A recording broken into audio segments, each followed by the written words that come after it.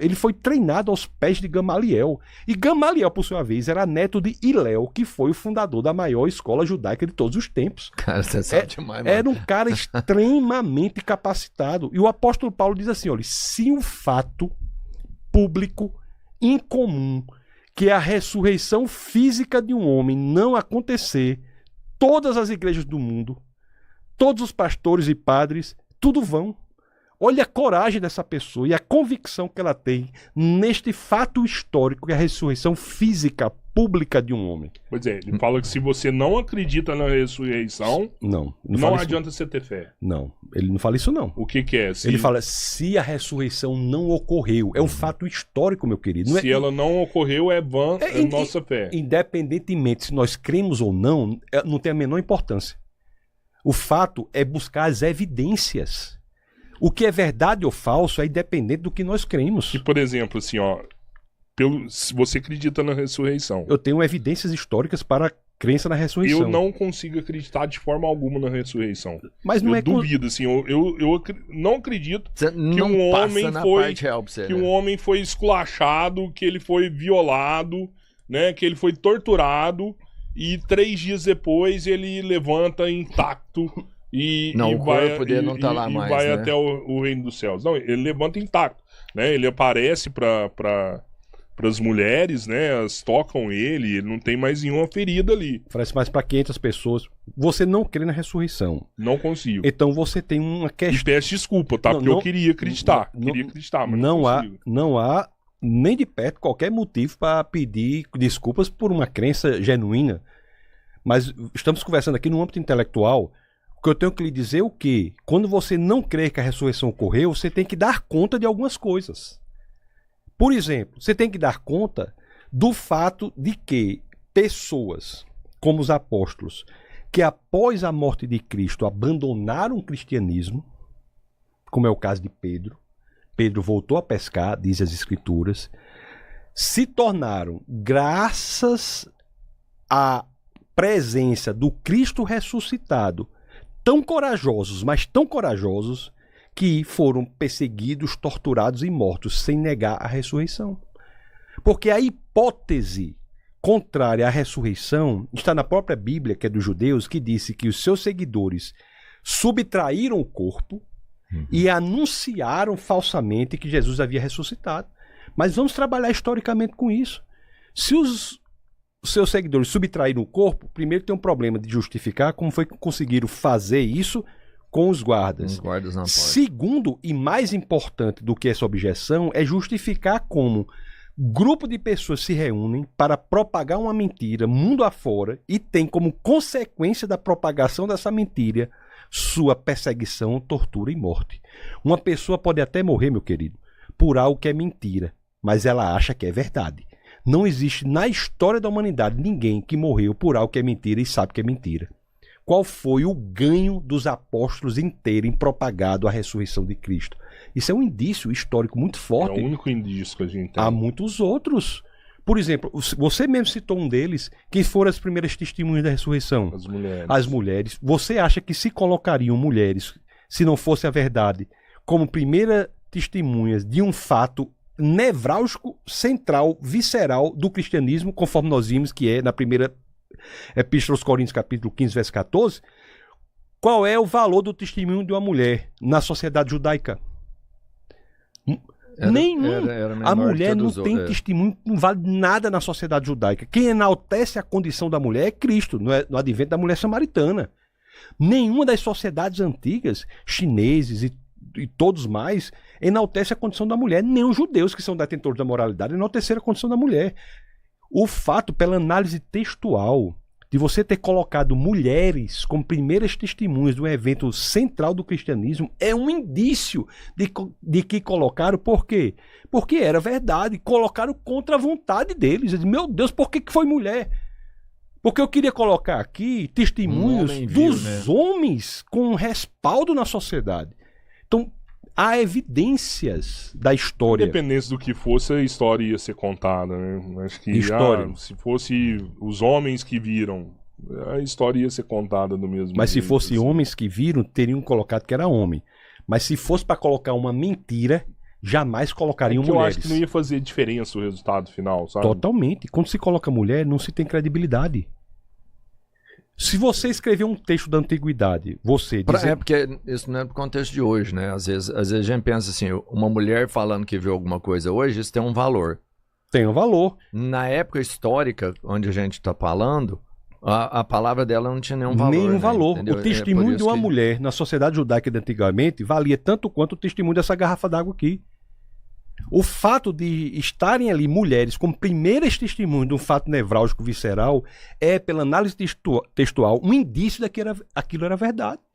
Você sabe outro indício que é verdade? Por exemplo, nos evangelhos e no Novo Testamento tem várias situações dos apóstolos escrevendo contra eles mesmos. Como assim? Diz que eles dormiram quando deveriam estar acordados. Uhum. Que Paulo repreendeu Pedro. Jamais, sendo mentira, as pessoas escreveriam contra si próprios. Isso é técnica acadêmica de análise textual. Então a hipótese mais provável que nós temos é a da ressurreição. Aí você diz, mas a ressurreição é muito difícil. Eu sei, é um milagre. É um milagre. O primeiro milagre que ocorreu na história da humanidade foi a criação do universo a partir do nada. Se Deus criou o universo a partir do nada, ele pode ressuscitar quem ele quiser. Então, você tem um doutorado em lógica, isso também, não é? Em exatas, em lógica? Educação matemática. Matemática e lógica. E o universo, por exemplo, ele foi criado por Deus, né? A Terra foi criada por Deus. Todo o universo de forma geral. Mas se a gente pegar, e a Bíblia é literal, não é? Eu creio na interpretação literal da Bíblia. Literal da Bíblia. Então, isso. A Terra teria 6.000 anos aproximados. Onde tem dizendo isso na Bíblia? Não tem sobre isso? A Terra tem 6.000 anos? Não tem lugar nenhum na Bíblia dizendo isso. Não fala isso. Porque a gente pensando sobre lógica mesmo, sobre comprovações científicas, a Terra tem milhões de anos. É verdade? O universo tem 14,7, 15 bilhões de anos. Isso, e a Terra 300 milhões, não sei. A Terra tem 4,5 bilhões de anos. É isso, não é? Isso. Então a história de Deus na Terra, quando ele cria então a Terra, essa criação aconteceu há 4 bilhões de anos atrás. O universo foi criado, segundo as informações que temos pela ciência, há 14,7, 15 bilhões de anos. E a Bíblia é compatível com isso. Compatível? Compatível com isso. A Bíblia valida esses valida. Caramba, o pastor Marcos Eberlin fala que tem 6.000 anos. Mas isso não está na Bíblia. O Eberlin não é pastor, mano. Isso não está na Bíblia. O Eberlin não é pastor. Isso não está na Bíblia. Você quer falar sobre isso? Primeira coisa que nós temos que saber é o seguinte, certo? A primeira coisa que nós temos que saber é o seguinte. Essa é difícil, hein? Desculpa, mas essa aí é difícil. Não, é muito simples. Então vamos ver. É muito simples.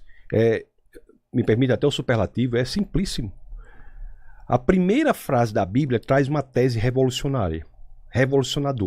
A humanidade achava isso um absurdo. Porque a primeira frase da Bíblia, Gênesis 1, é: no princípio Deus criou os céus e a terra. No princípio Deus criou os céus e a terra. Deus cria tudo que existe. E veja que a ordem que aparece aí, como é interessante. Princípio, tempo. Céus, espaço. Terra, matéria. Você veja que o tempo pode existir sem o espaço e sem a matéria, certo? Mas o espaço não pode existir sem um tempo. O espaço, para existir, tem que existir no curso temporal. O espaço pode existir sem a matéria, mas não sem o tempo, certo? Mas a matéria pressupõe o espaço e o tempo para se existir, porque a matéria só pode existir em um espaço no curso temporal. Então, o que a primeira frase da Bíblia diz é que o tempo, o espaço e a matéria foram criados.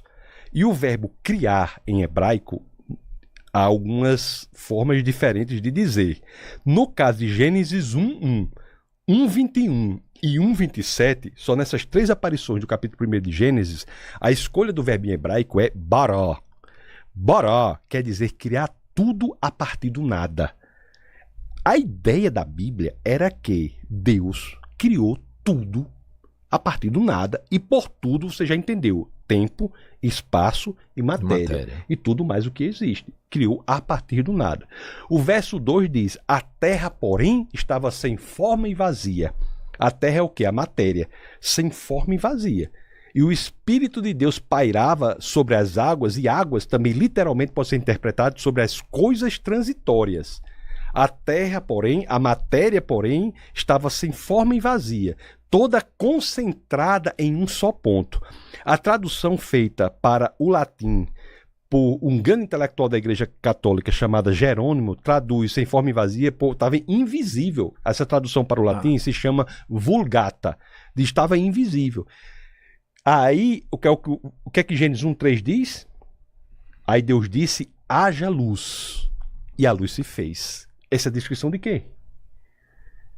A ciência, em meados do século passado, se rendeu ao que a Bíblia está dizendo há pelo menos 33 séculos. Foi um padre que propôs a teoria do Big Bang. A teoria do Big Bang. A teoria do Big Bang é proposta por um padre, meu querido, Georges Lemaitre, um padre belga.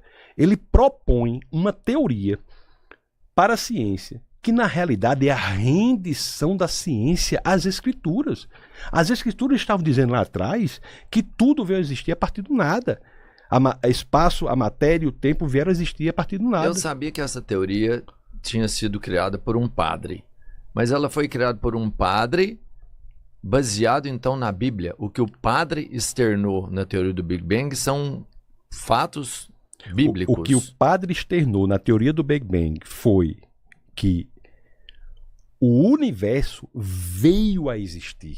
Isso é inaugural na ciência. Nenhuma outra teoria anterior a meados do século passado dizia isso. O Big Bang é uma revolução. É dizer assim, a ciência diz assim, eu me rendo. Tem um astrônomo chamado Robert Jastrow. Ele escreveu um livro chamado, acho que Deus e o Universo.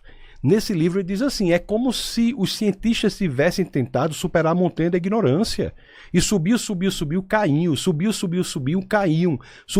Subiu, caíam. Até que, após séculos e séculos, quando o cientista chega ao topo, ao pico, ao lugar mais alto da montanha, quando eles chegam lá, eles são saudados por um grupo de teólogos que estavam sentados ali há séculos. É a rendição da ciência à teologia. O pano de fundo filosófico em que a teoria mais bem sucedida de cosmologia hoje, que ainda é a teoria do Big Bang, ocorre, é o pano de fundo filosófico dado pelas escrituras sagradas, entendeu? Isso é revolucionário. E olha que o cientista não queria isso. O cientista lutou contra essa teoria a todo momento. Por quê? Porque no momento que você diz que o universo veio a existir, foi criado, o que é que se coloca sobre a mesa? A questão, se o universo foi criado, então, quem é o Criador? A causa do universo passa a ser uma questão para ser respondida pela ciência. Porque a ciência está dizendo que se o universo está expandindo, se você voltar para trás, havia um momento que ele era condensado ao máximo e vinha existir. Então, quem foi o Criador? Se tem um Big Bang, quem é o Big Banger? Se tem um Big Bang, quem é o Big Banger? Você está entendendo? Sim. Isso é a rendição da ciência à teologia. Como não é compatível? Aí Deus criou em 6 dias, né? Dia é do hebraico Yom. Yom tem 4 significados literais possíveis. 4 significados literais possíveis. O primeiro é dia, uma posição à noite, quando você diz está de dia, está de noite. O segundo é dia, quando você diz nos dias de fulano. O terceiro é 24 horas. E o quarto é um longo período de tempo.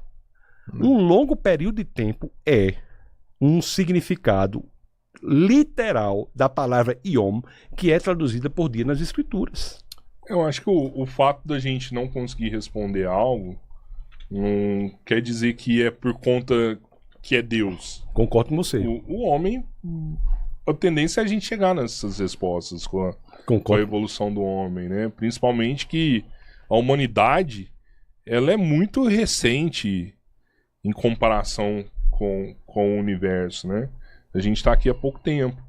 E cada dia que passa a gente descobre mais coisas que vão mudando a nossa realidade e a gente vai alcançando respostas, né? Hoje o homem consegue criar uma vida, né? O homem consegue clonar uma espécie, né? E há pouco tempo atrás a gente não conhecia o átomo.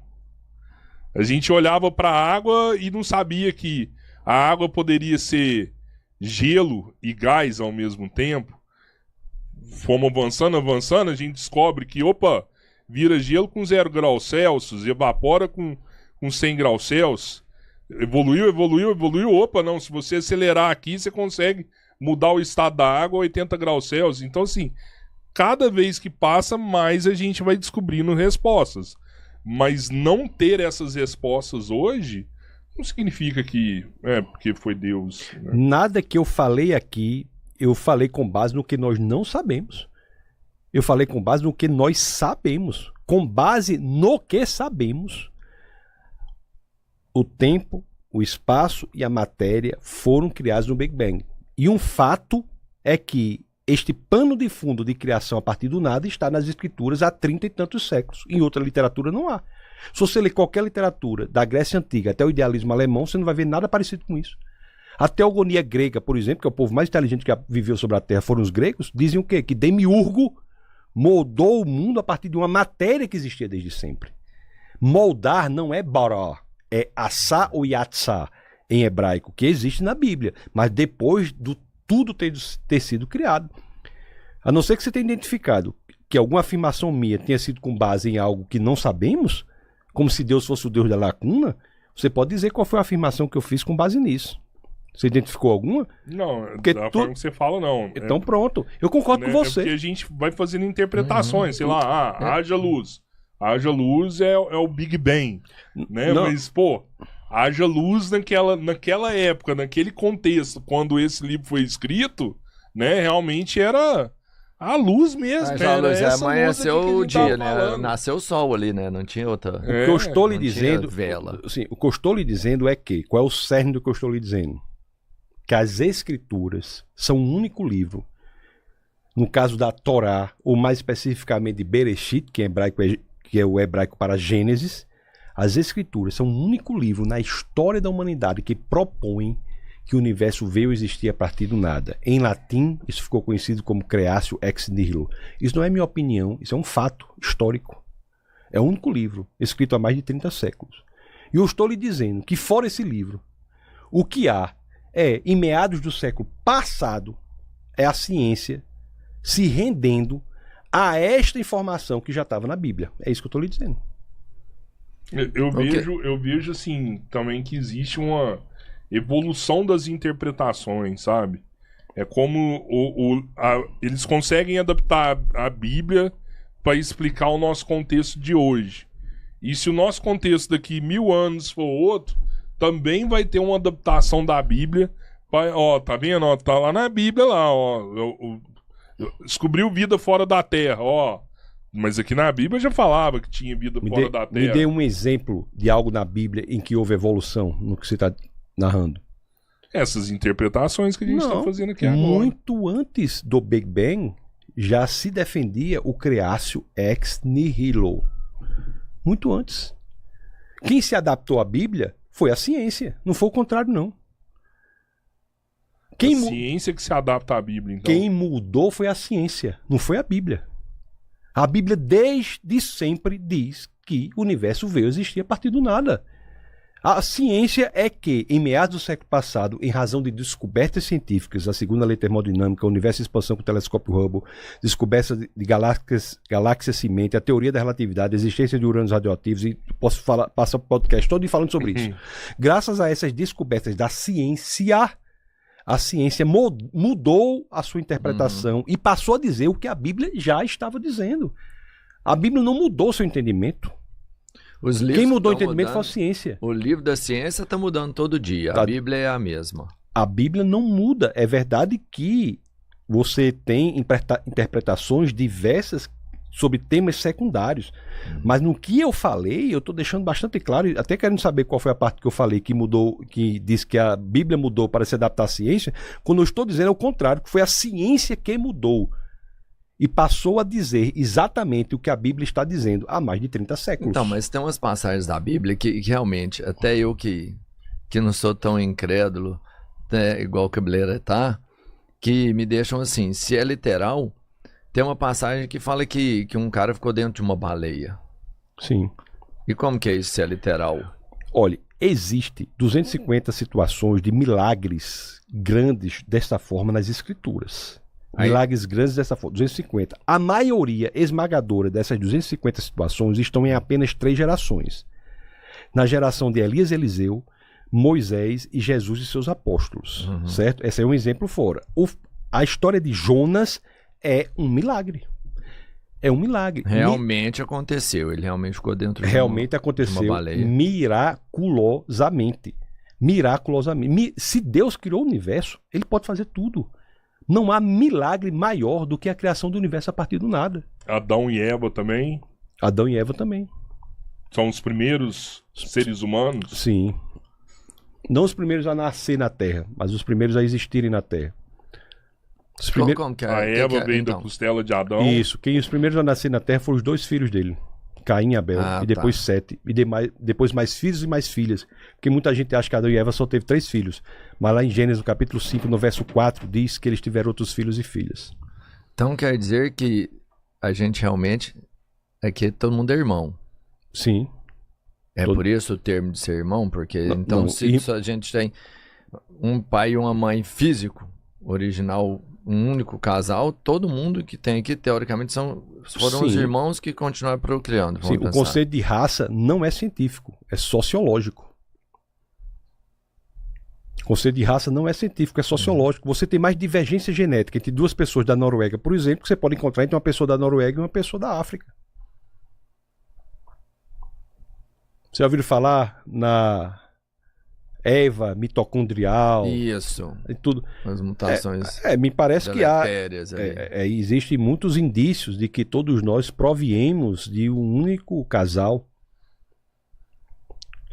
E alguns seria Eva e Adão. Esse aí... Adão e Eva foram o primeiro casal.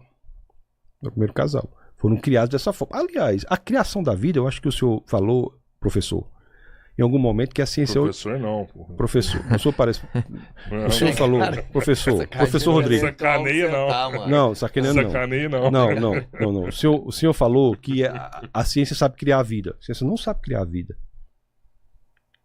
Eu dei uma exagerada. A ciência, se tem uma área em que a ciência patina absolutamente, por enquanto. É a criação da vida. Pelo simples fato de que não há vida simples. Nós temos trilhões de células. Nós dois devemos ter cada um uns 100 trilhões. O irmão aí deve ter uns 70 trilhões de células. Tem menos. Tem menos. Uns 20 trilhões aí. É magrinho. Mas se nós formos analisar um organismo que não tem trilhões de células, mas que só tem uma célula, um organismo unicelular. Vamos pegar a ameba, por exemplo. Vamos analisar a ameba. A ameba é um organismo unicelular que tem vários componentes internos. Vamos analisar apenas um componente da ameba, que é o DNA. O DNA é um alfabeto de 4 letras. ATCG. Tá lembrado? Sim. Adenina, timina, citosina e guanina. ATCG. No DNA de uma ameba há uma informação. Vamos ver se essa informação é simples. A informação presente no DNA de uma ameba é equivalente à informação que nós encontramos em 1000 volumes da Enciclopédia Britânica. Organismo unicelular. Nós não estamos falando de nós, somos muito mais complexos. As nossas células neuronais são impressionantes. Tem informação equivalente a 5 milhões de páginas de informação. 5 milhões de páginas de informação dá o quê? Dá 250 dá quantos livros de 200 páginas? 5 milhões de páginas de informação. Isso justifica um design inteligente, então. Isso justifica, primeiro, que não há vida simples. Primeira coisa. A ameba não é simples. Nós somos muito mais sofisticados do que uma ameba. Nós fazemos poesia.